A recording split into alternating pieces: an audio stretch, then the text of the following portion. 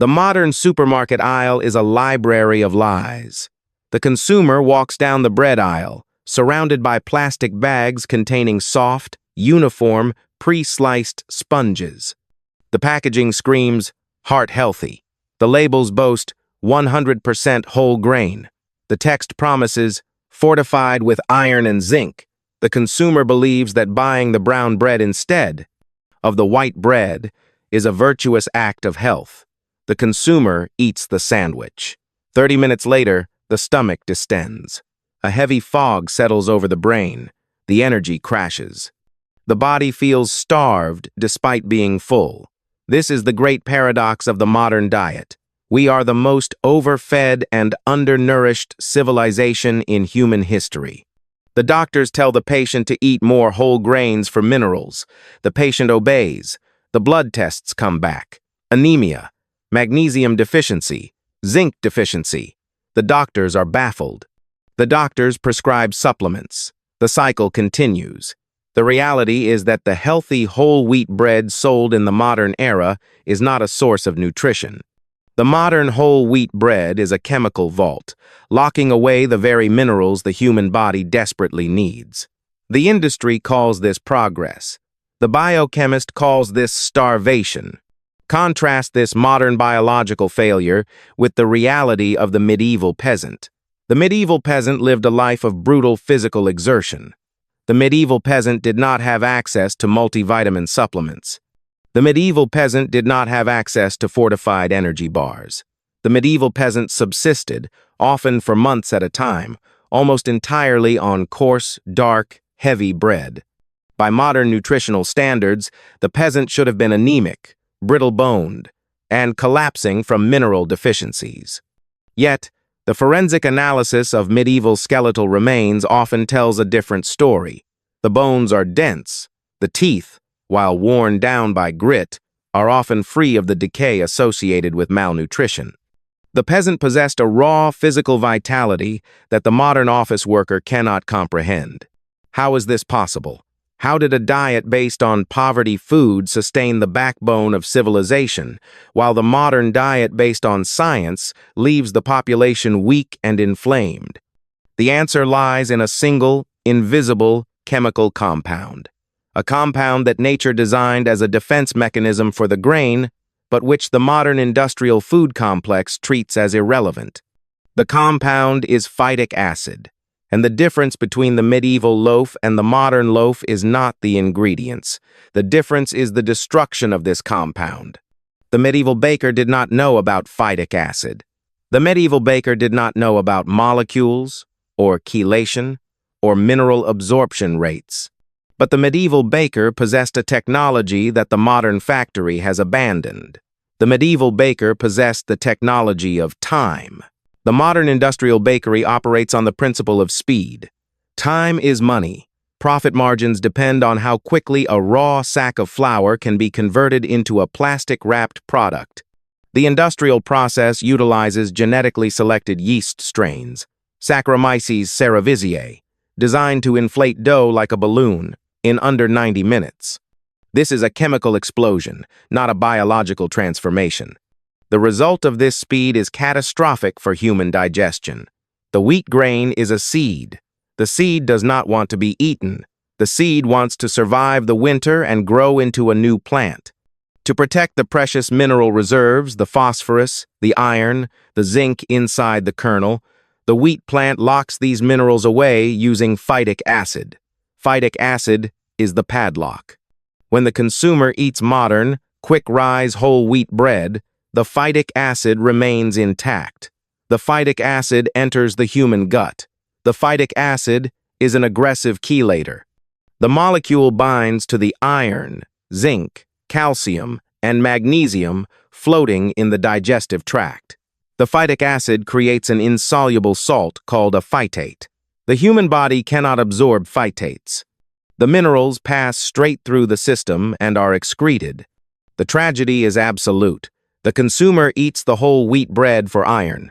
The phytic acid in the bread binds to that iron and arguably binds to other iron already present in the gut from other foods. The healthy bread is not just non-nutritious. The healthy bread is an anti-nutrient agent. The modern loaf is a net negative for the body's mineral stores. The medieval survival strategy was different. The medieval baker relied on wild leaven. The medieval baker relied on the barm, or the sour. This was a living culture of wild yeasts and lactobacillus bacteria. The fermentation process was not a 90-minute explosion. The fermentation process was a slow, agonizingly long digestion that took 12, 18, or even 24 hours. During this long, dark night of the dough, a miracle of biochemistry occurred. The acidity of the dough dropped, the bacteria multiplied, and, most importantly, the wheat released an enzyme called phytase. Phytase is the key. Phytase is the skeleton key that unlocks the phytic acid padlock. But phytase works slowly. Phytase requires acidity. Phytase requires moisture.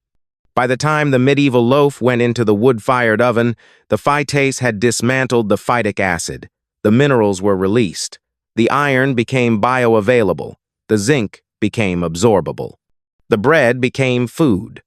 This investigation will dismantle the industrial lie of whole grain goodness. This investigation will use the lens of chemistry to prove why the sour in sourdough is not a flavor preference, but a survival necessity. We will look at the specific mechanism of mineral chelation. We will look at the archaeological evidence of gut health, and we will teach the viewer how to reclaim this lost technology. Because if the viewer is eating bread that was made in 2 hours, the viewer is not eating. The viewer is merely filling the void, while the body slowly starves. This is not a cooking show. This is a forensic audit of a stolen birthright. The industry stole the nutritional value of the harvest to save a few pennies on production time. The industry handed the population a product that looks like bread, smells like bread, but functions like a mineral sponge in the gut. It is time to stop eating the lie. It is time to understand the chemistry of the past. We must first dissect the mechanism of the modern failure. We must place the modern industrial loaf under the microscope of biochemistry to understand exactly why it is a poison disguised as a staple. The term poison is not used here for dramatic effect. It is used to describe a substance that actively interferes with normal physiological function. The substance is phytic acid, known chemically as inositol hexoxous phosphate, or IP6. In the natural world, phytic acid is brilliant. It is the principal storage form of phosphorus in many plant tissues, especially bran and seeds. It is the vault where the plant stores energy for the future seedling. However, the vault is designed to be difficult to open. The phosphorus and the attached minerals are tightly bound in a ring structure. For the plant, this is security. For the human, this is a blockade. Humans are monogastric animals. We have one stomach. Unlike ruminants such as cows or sheep, which have multiple stomach chambers and specific bacterial populations to break down grass and raw grains, the human digestive tract is ill-equipped to break down the phytic acid molecule on its own. When modern industry creates whole wheat bread, they take the entire grain kernel bran, germ, and endosperm and grind it into flour.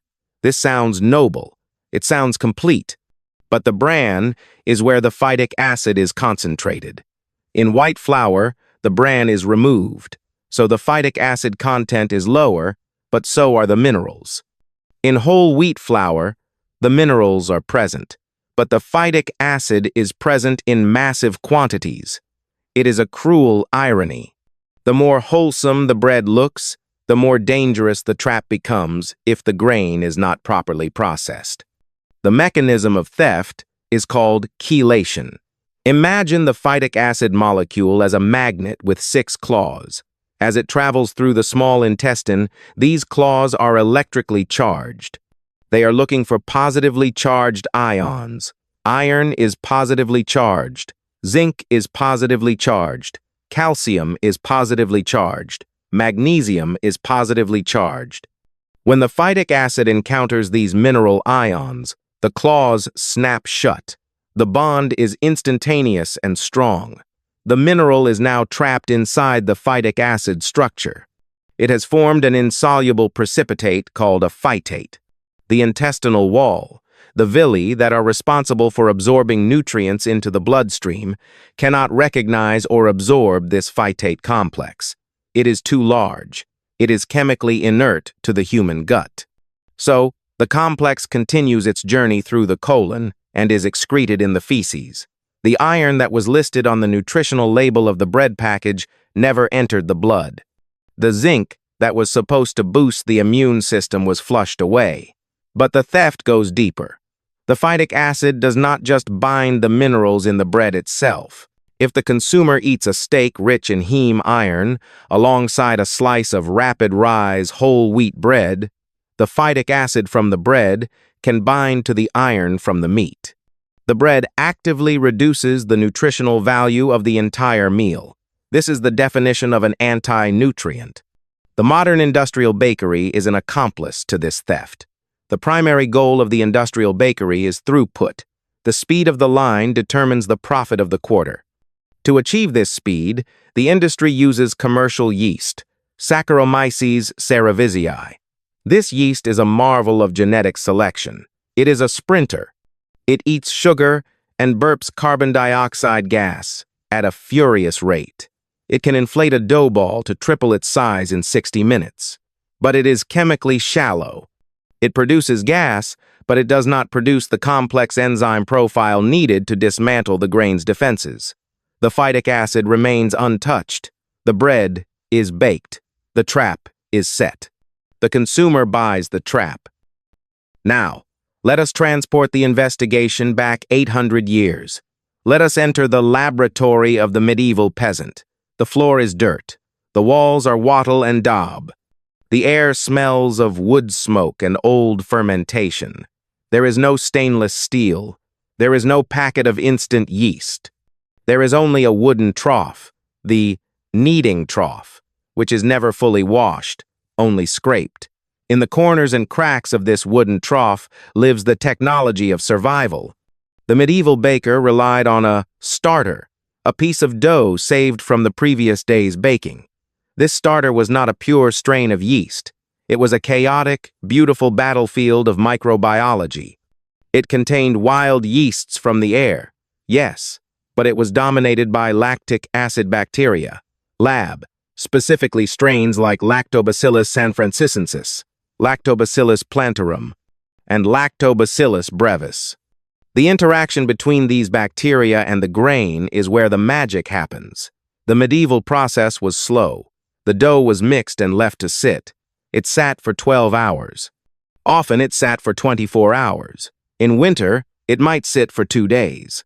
During this time, the lactic acid bacteria consumed the maltose and other sugars in the flour.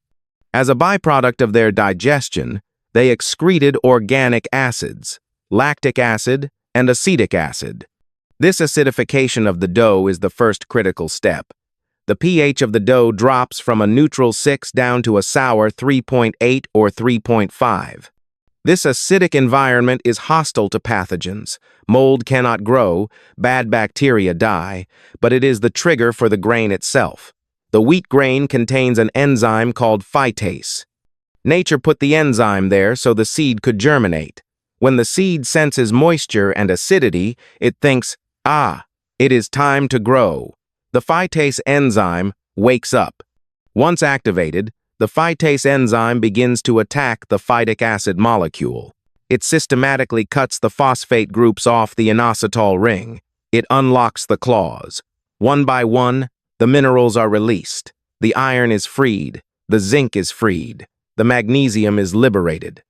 This process is not instant. It is a biological enzymatic reaction.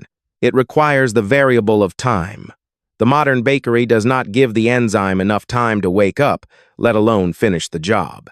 The medieval bakery, by necessity of its slow leavening agent, gave the enzyme a full working day to complete the task. Furthermore, the wild bacteria themselves produce their own bacterial phytases, adding a second layer of defense-breaking capability. It was a dual attack on the anti-nutrient. The wheat's own enzymes and the bacteria's enzymes worked in concert to dismantle the phytic acid. By the time the medieval loaf was slid into the oven, the phytic acid content had been reduced by significant margins, often close to total elimination. This was not a luxury. This was survival physics. A peasant population that could not access red meat every day relied heavily on grain for zinc and iron. If the phytic acid had not been neutralized, the population would have suffered from severe rickets, anemia, and immune collapse. They would have died young, not from plague or war, but from mineral starvation. The fact that they built cathedrals, marched in crusades, and toiled in fields from dawn to dusk proves that their bread was working. It proves that the sour in the dough was not a culinary choice. It was the taste of bioavailability. It was the taste of safety. The texture of this bread was different. It was denser. It was chewier. It had a thick, caramelized crust. The modern palate, trained on soft, sugary foam, finds it challenging. But the modern gut, ravaged by inflammation and starving for minerals, recognizes it immediately. When a modern person with gluten sensitivity, often actually fructan or phytic acid sensitivity, eats genuine, long-fermented sourdough, they often find they have no reaction. The bloating does not happen. The brain fog does not descend. The body accepts the food because the food has been properly prepared. We have traded this biological sophistication for convenience. We have replaced the master craftsman, the bacteria, with a chemical factory. And in doing so, we have turned our most basic staple food into a source of malnutrition. The investigation proves that the primitive method was actually a highly advanced application of organic chemistry, executed intuitively by people who could not read, but who understood the fundamental laws of nature better than any modern food scientist employed by a conglomerate. We have established the crime. We have identified the villain. Now, we must present the evidence. The skeptics will argue that this is merely romanticizing the past, that we are looking at the Middle Ages through rose-colored glasses. They will demand data. They will demand peer-reviewed proof that the medieval method is empirically superior to the modern industrial standard. Let us look at the numbers. The science of phytate reduction is not a new discovery. It is a well-documented biochemical fact that the food industry chooses to ignore. A pivotal study published in the Journal of Agricultural and Food Chemistry and corroborated by research from the University of Helsinki compared the phytic acid content of breads made with different fermentation methods. The results were not subtle. They were damning. The study analyzed dough fermented with commercial yeast, Saccharomyces cerevisiae, for the standard industrial time of 60 to 90 minutes. The data showed that this method reduced the phytic acid content by a negligible amount, often less than 40%. This means that 60% of the mineral-blocking compound remained active in the final loaf. When you eat a slice of this bread, you are eating a mineral trap. In stark contrast, the study analyzed dough subjected to a genuine sourdough fermentation protocol, using wild lactobacillus cultures and a fermentation period extending beyond 8 hours. The reduction of phytic acid in these loaves was massive. In wheat breads, the reduction reached 62% to 70%. But when the fermentation was extended to 24 hours, or when rye flour, which is naturally high in the enzyme phytase, was introduced, mimicking the maslin or mixed-grain breads common in medieval peasant households, the phytic acid reduction hit 96% to 6 99%. Think about that delta. 40% reduction versus 99% reduction. That is the difference between malnutrition and nourishment. That is the difference between a food that steals from you and a food that feeds you. When a modern label claims a loaf contains 15% of your daily iron, that is a theoretical maximum based on the raw ingredients. If the phytic acid is still present, the bioavailability of that iron, the amount your body actually gets, is near zero. The label is a legal fiction. The medieval loaf, which had no label, delivered the payload. Archaeology supports the chemistry. We can look at the Maslin bread of the English peasantry. This was a bread made from a crop called dredge, a mixture of wheat and rye sown together in the field as an insurance policy against bad weather. We now know that rye is a phytase powerhouse. It contains significantly more of the phytic acid-destroying enzyme than wheat. By mixing the two grains and fermenting them slowly, the peasant unknowingly created a perfect biochemical reactor. The rye provided the enzyme. The fermentation provided the acidity. The result was a staple food with maximum mineral availability. This explains how a class of people performing caloric-intensive labor survived on a diet that modern nutritionists would deem restrictive. It was not restrictive. It was optimized. So, how do we reclaim this? How do you, living in a modern apartment with electricity and a 9-to-5 job, replicate a survival technology developed in a thatched hut? You do not need a stone oven. You do not need to dress in linen. You need 3 things: flour, water, and patience. The first step is to reject the packet. Stop buying commercial yeast. It is a crutch. You must capture the wild biology of your own environment. This is called making a starter. It is deceptively simple. You take equal parts whole grain flour. Rye is best for beginning, as we have learned. It is enzymatically active, and dechlorinated water. You mix them in a jar. You cover it with a cloth. You wait. You are waiting for an invasion. You are inviting the wild yeast and bacteria floating in the air of your kitchen and living on the skins of the flour grains to wake up and colonize the mixture. For the first few days, it will smell bad like old cheese or wet socks. This is the war. The bad bacteria are fighting the good bacteria. Keep feeding it. Flour and water, day after day. By day 7, the smell will change. It will become sweet, sour, fruity, like overripe apples or yogurt. Bubbles will form. The mixture will rise and fall with a rhythmic breath. Congratulations.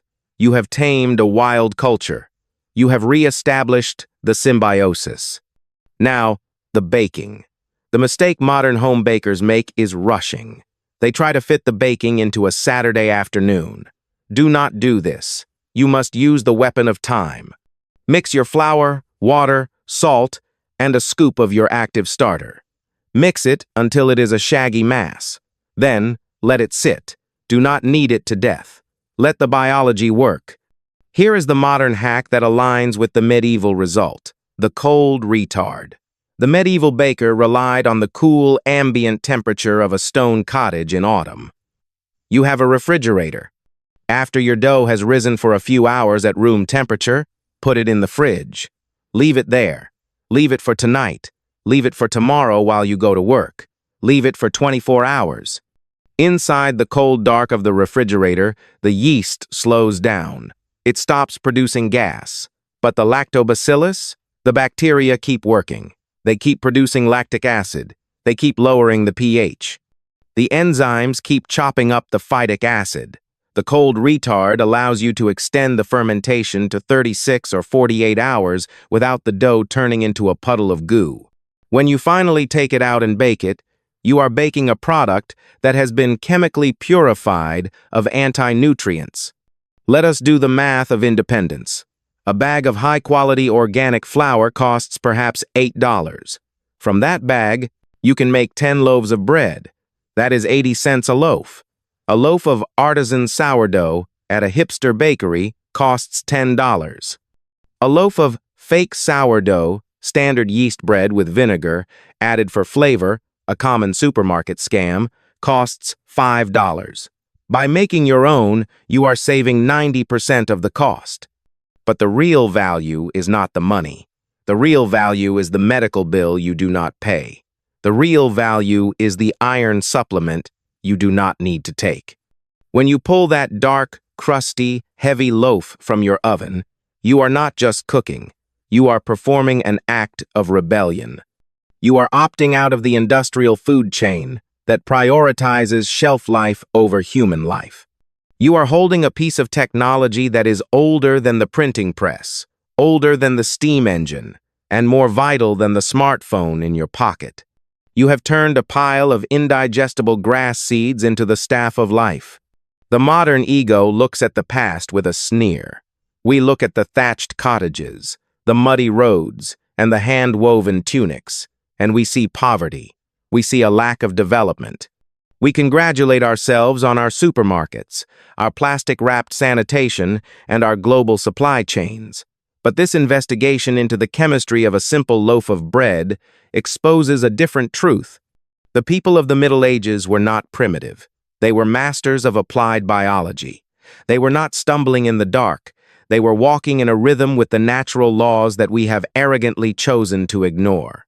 What we call convenience is often just a sophisticated form of incompetence. We have outsourced our survival skills to corporations that do not care if we live or die, provided we purchase. We have outsourced the digestion of our food to industrial enzymes and rapid-rise yeasts, trading the nutritional integrity of our harvest for the convenience of a softer texture and a quicker bake. In doing so, we have broken a contract with nature that sustained our species for 10,000 years. We have decided that we are smarter than the bacteria.